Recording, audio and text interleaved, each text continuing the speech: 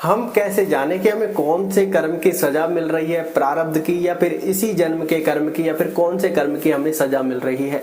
क्या हम इसको जान सकते हैं?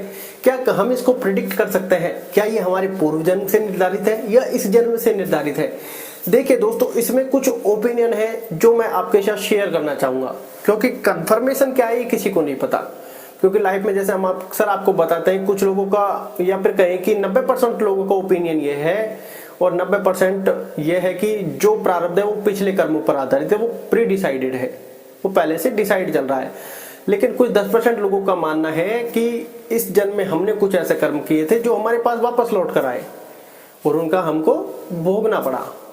चाहे वो अच्छे हो बुरे हो बात की बात है, वो हमको भोगने पड़े। लेकिन फिर इसके बारे में जब मैंने और चर्चाएं की, थोड़ा और ज्ञान प्राप्त करने का प्रयास किया विद्वानों से, तो उन्होंने कहा कि क्या पता ये कर्म उन्होंने पहले भी किए हों जिनका भुगतान वो कर रहे हों। तो इसलिए ये थोड़ा कहना अनप्रेडिक्टेबल होगा कि सारी चीजें क्या प्रारब्ध से है या फिर इस जन्म का भी कोई पार्ट है। तो इसको हम थोड़ा सा इस जोन में देखते हैं। जैसे लाइफ में क्या है, कुछ लोग ये कहते हैं कि मैंने लाइफ में कुछ टाइम पहले गलती की, 1-1.5 साल बाद लौट के आई, तो वो इसी जन्म का आकलन कर रहे हैं।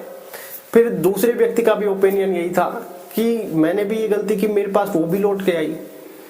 और लाइफ में हम अक्सर महसूस करते हैं कुछ चीज अगर आज हम देख रहे हैं तो आप महसूस करना या फिर जानना देखना उसको कि हमारे पास क्या ये लौट के वापस आ रही है 1-2 साल बाद। तो ऐसा महसूस होगा, हाँ ऐसा लगता है जैसे समय मैंने पहले भी देखा है।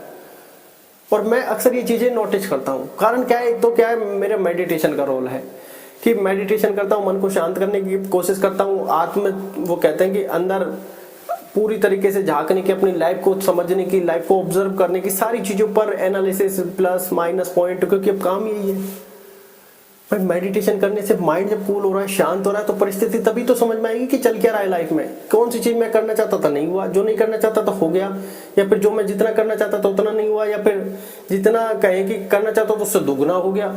तो फिर ऑब्जर्व होता है कि कितनी चीजें हाथ में, कितनी चीजें हाथ में नहीं है। और वो तभी हो सकता है जब व्यक्ति शांत हो, उसका मन शांत हो, अंदर से थोड़ी फीलिंग स्ट्रांग वाली हो। क्योंकि लाइफ में कौन कितना स्ट्रांग है ये प्रिडिक्ट करना बड़ा मुश्किल है। कहीं ना कहीं एट द एंड डर तो सबके अंदर है, चाहे किसी को खोने का या फिर किसी और चीज को लेकर डर सबके अंदर है। लेकिन हम उसको ऑब्जर्व और समझने की हमारी क्षमता कितनी, ये देखने वाली बात है। तो उन लोगों के ऐसे ओपिनियन आए। अब लाइफ में जब मैं मेडिटेशन ध्यान करता हूँ उसके बाद, क्योंकि काफी समय हो गया, तो अब क्या है माइंड थोड़ा रिलैक्स में है, तो मैं ये चीजें अपने आप से बातें करना हो गया, अपने थोड़े वो कहते हैं ना अंतर मन में झांक के देखो, ये सब हो गया। अपने आप से सवाल करना हो गया, अपने अंतर मन से सवाल का थोड़ा आंसर वाली बात हो गई। तो लाइफ में जब अकेले में बैठते तो ये चीजें ऑब्जर्व होती हैं, ये चीजें महसूस होती कि ये टाइम मेरा पहले आया था, 2-3 साल बाद ये टाइम फिर से आ रहा है, मतलब फिर से ये चीजें लौट के आ रही हैं। कुछ ऐसा रिसेंटली मेरे साथ, और ऐसा एक बार नहीं है, काफी टाइम बार हुआ है। ऐसा महसूस होता है ये टाइम कुछ साल में पहले देखा था।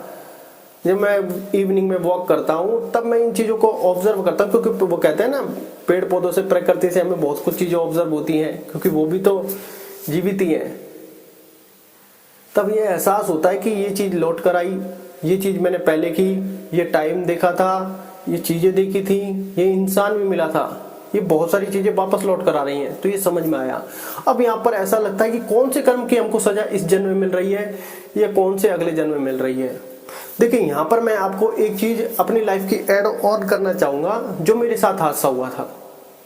उसमें हुआ ये कि पहली बात, किस कर्मों की सजा हमको ऐसा लगता है कि इस जन्म में मिल जाती है, ये मेरा ओपिनियन है। सबके साथ ऐसा हो ये कंफर्मेशन नहीं है।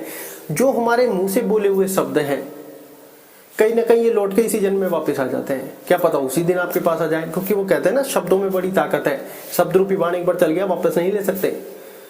और लाइफ में वो कहते हैं ना बड़बोलापन कभी नहीं होना चाहिए, और मैं और अहंकार जैसी सीमा से हमेशा दूर रहें, बिल्कुल सरल होने का अपना प्रयत्न करता रहें। तो लाइफ में ऐसी चीजें होती हैं। अब जैसे हुआ क्या, जैसे मैं कहें कि जैसे मेरे रोज की ट्रेवल थी, मैं रोज ट्रेवलिंग करता था कार से। तो ऐसे कोई मित्र साथ में बैठे हुए थे, तो उन्होंने थोड़ा सा काम के बारे में जानकारी, क्योंकि वो अननोन पर्सन थे, लाइफ से रिलेट नहीं करते थे, बस वैसे ही मिले थे और हम अपनी जर्नी में आगे बढ़ गए। तो मेरा रोज का रूटीन था, तो मैं ऐसे ही चलता गया, हम बातें करते गए काम को लेकर और चीजों को लेकर, थोड़ा सा शेड्यूल को लेकर। तो वो यही कह रहे थे कि यार इतनी रात को तुम आते हो, फिर अकेले, कोई परेशानी नहीं होती। तो मैंने भी ऐसे ही कहा कि अपना थोड़ा सा मैटर फिक्स है, अपना थोड़ा सा मैटर फिक्स है कि गाड़ी में पेट्रोल फुल होना, जहां से चल रहे वहां से अपनी कार को देखना कि कोई पिंचर विंचर का सीन तो नहीं है। टोल टैक्स पड़ता था, उसकी पर्ची अपने पास पहले से होती थी, या फिर फास्ट ट्रैक होता था, वो ठीक है, वहां तक भी कोई ठीक नहीं, मतलब कोई ऐसी दिक्कत वाली बात नहीं है। कार अपनी फुल्ली अंदर से लॉक्ड, तो ऐसा नहीं कोई जबरदस्ती खोल लेगा। फिर ऐसा नियम कि कोई चाहे हाथ दे, रुकना नहीं है, क्योंकि रात में 1-2 बजे का टाइम था, कोई वैसा आदमी तो हाथ जल्दी से देगा नहीं, तो रुकना नहीं है। तो ये बातें मैं उससे शेयर कर रहा था कि अपनी लाइफ का और मेरा ये शेड्यूल है, तो मैं इस शेड्यूल के हिसाब से ये चीजें फॉलो करता हूँ। तो थोड़ा कहीं ना कहीं अंदर से भावना ऐसी थी बड़बोलेपन की, अंदर से कहीं ना कहीं ऐसा था कि चाहे कुछ भी हो जाए, चाहे सामने वाला गाड़ी खड़ी कर दे, मैं चाहे ठोक दूंगा, चाहे सामने आकर खड़ा हो जाए, कुछ भी हो जाए, मैं नहीं रुकूंगा। लेकिन अपना ये नियम पक्का है। अब ये मैं कहीं ना कहीं भूल गया आवेश में आके। अब आवेश में था, ये सरस्वती विद्यमान थी या कुछ और था, ये मुझे पता नहीं था। उस टाइम तो मैंने भी ऐसा नहीं सोचा था। अब जब मैं रात्रि में चलने का टाइम हुआ और सडनली उस दिन मैं जल्दी चल रहा था, लगभग 11 बजे के पास, जबकि रात में मैं 1-2 बजे आना, तो उस टाइम पे 11 बजे के आसपास मैं ट्रेवल कर रहा था, सब कुछ परफेक्ट था। अचानक हुआ क्या, अचानक गाड़ी पंचर भी हुई, और पंचर के साथ ऐसी पंचर हुई कि गाड़ी के तार ही निकल गए। अब उसमें से आवाज आने लग गई। अब वो कई वही वाली बात है ना, पिंचर भी गाड़ी होगी, तो मेरा ये ओपिनियन था कि पिंचर भी गाड़ी होगी तो मैं उसको रोकूंगा नहीं, लेकर जाऊंगा घर तक। बीच में रोकने का कोई सवाल नहीं होता, चाहे टायर खराब हो जाए। अब तो टायर की ये कंडीशन हो गई, रोड खराब पड़ना ही था बीच में, ऐसे तो आग लग जाती गाड़ी में। और वो कंडीशन ये हो गई कि रोकनी पड़ी गाड़ी, जबकि मेरा ओपिनियन था गाड़ी किसी कंडीशन में नहीं रोकूंगा। वो कंडीशन ऐसी हुई, रोकनी पड़ी मुझे गाड़ी को वापस लेके जाना पड़ा सिटी में। वहां पे पंचर की दुकान देखनी पड़ी, वो तो मुख में राम नाम था, हे प्रभु कोई व्यवस्था मिल जाए, क्योंकि रात्रि का टाइम था, व्यवस्था ही नहीं थी। एक दुकान मिली, वो भी कहीं भाग्य भरोसे ऐसे मिल गई, भगवान का नाम लेने की वजह से वो आ गया व्यक्ति। उसने कहा था तुम वहां से रिलेट करते हो इसलिए मैं दुकान खोल रहा हूं, अन्यथा मैं तो रात्रि में किसी व्यक्ति को हाथ भी नहीं देता। वो हुआ, और फिर मैं जब अपने घर वापस आया तो इन चीजों को मैंने ऑब्जर्व किया कि आज ही तो ये शब्द बोले थे।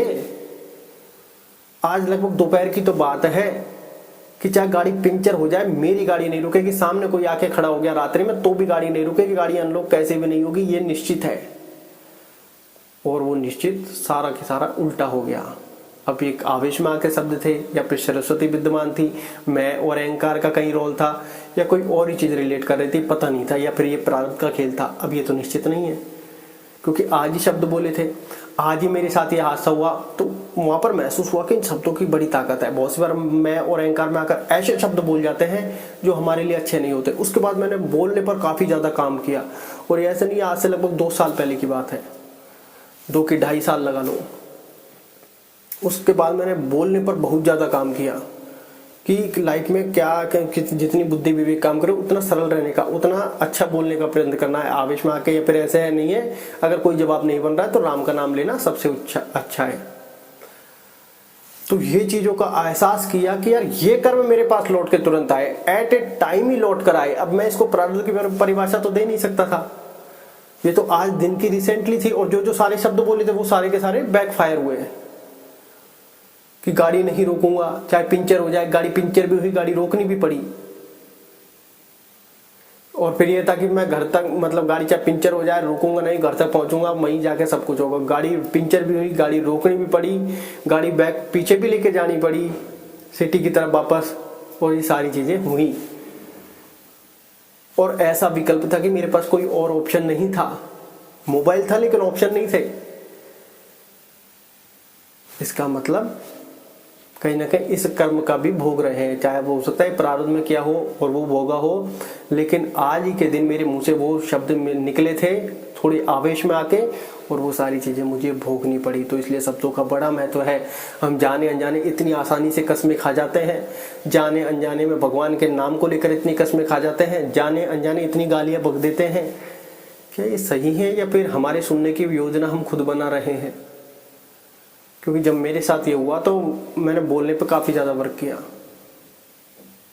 हो सकता है मैं मजाक में किसी को बोल देता हूँ, हालांकि गाली में नहीं बकता, लेकिन मजाक में हो सकता है कोई और शब्द कह देता हूँ, क्योंकि हो सकता है मजाक में कहा तो मजाक में ही वापस आ जाए, क्योंकि सामने वाला व्यक्ति ऐसा नहीं हो बुरा मान रहा हो कि हाँ ठीक है वो भी मजाक कर रहा है मैं भी कर रहा हूँ, तो एक अलग इंसिडेंट हो गया। लेकिन हम किसी को आवेश में आकर, किसी को क्रोध में आकर ऐसे शब्द कह रहे हैं, हो सकता है लाइफ में हमारे साथ बैकफायर हो तो शायद हम उनको नहीं झेल पाए। तो ऐसे कर्म हमारे पास तुरंत लौट कर आ सकते हैं। ये मेरी अनुभूति है, मेरा पर्सनल ओपिनियन है, ऐसा मेरा अनुभव था।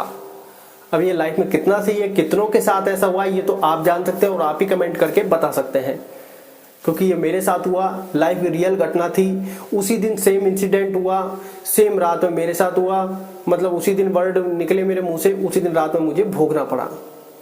तो एंड द एंड ये कर्मों की सजा तो मुझे तुरंत मिली, इसमें तो कोई गलत नहीं है।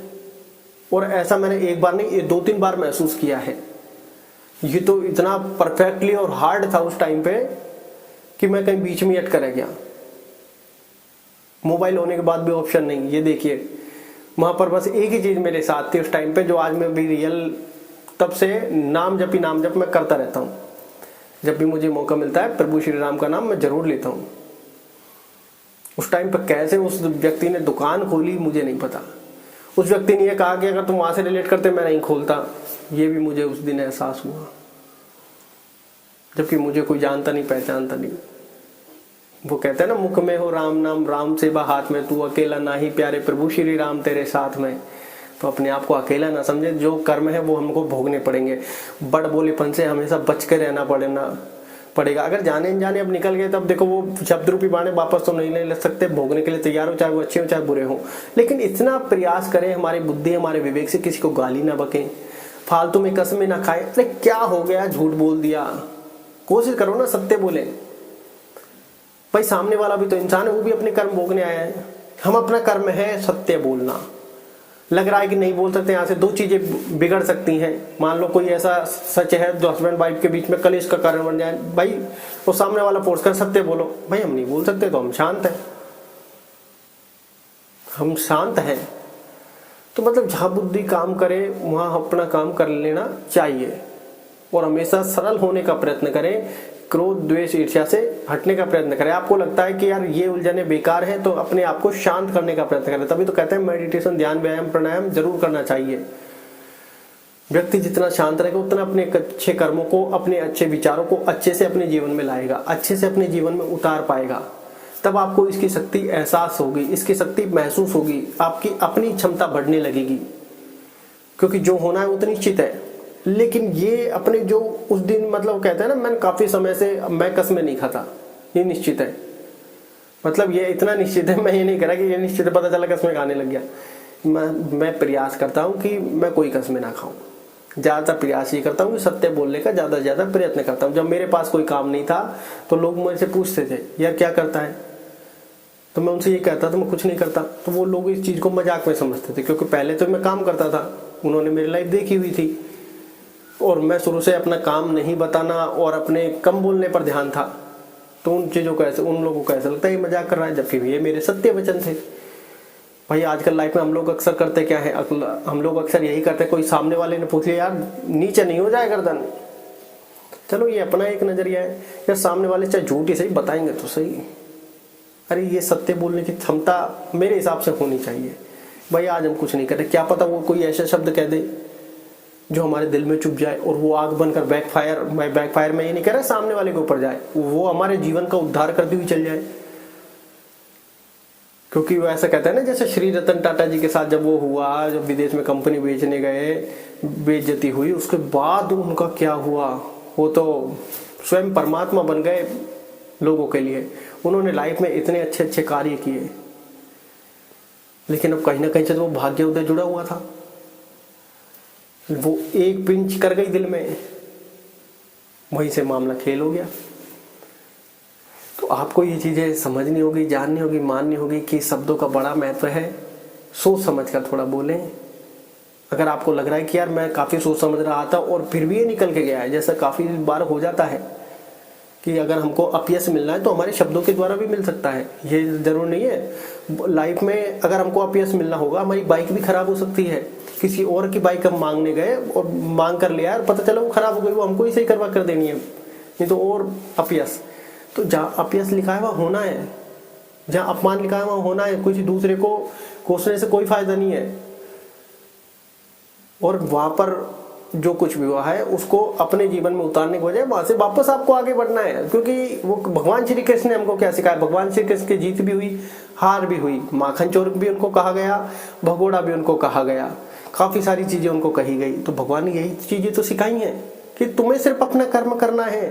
तुम्हें जय विजय, हार जीत, यश अपयश, मान हानि, मान सम्मान, लाभ हानि, ये सारी चीजें नहीं देखनी है, सुख दुख। तुम्हें अपना कर्म करते रहना है। जो तुम्हारे कर्मों के अनुसार फल बनेगा वो तुम्हारे जीवन में आता रहेगा। आशा है जानकारी अच्छी लगी होगी। धन्यवाद।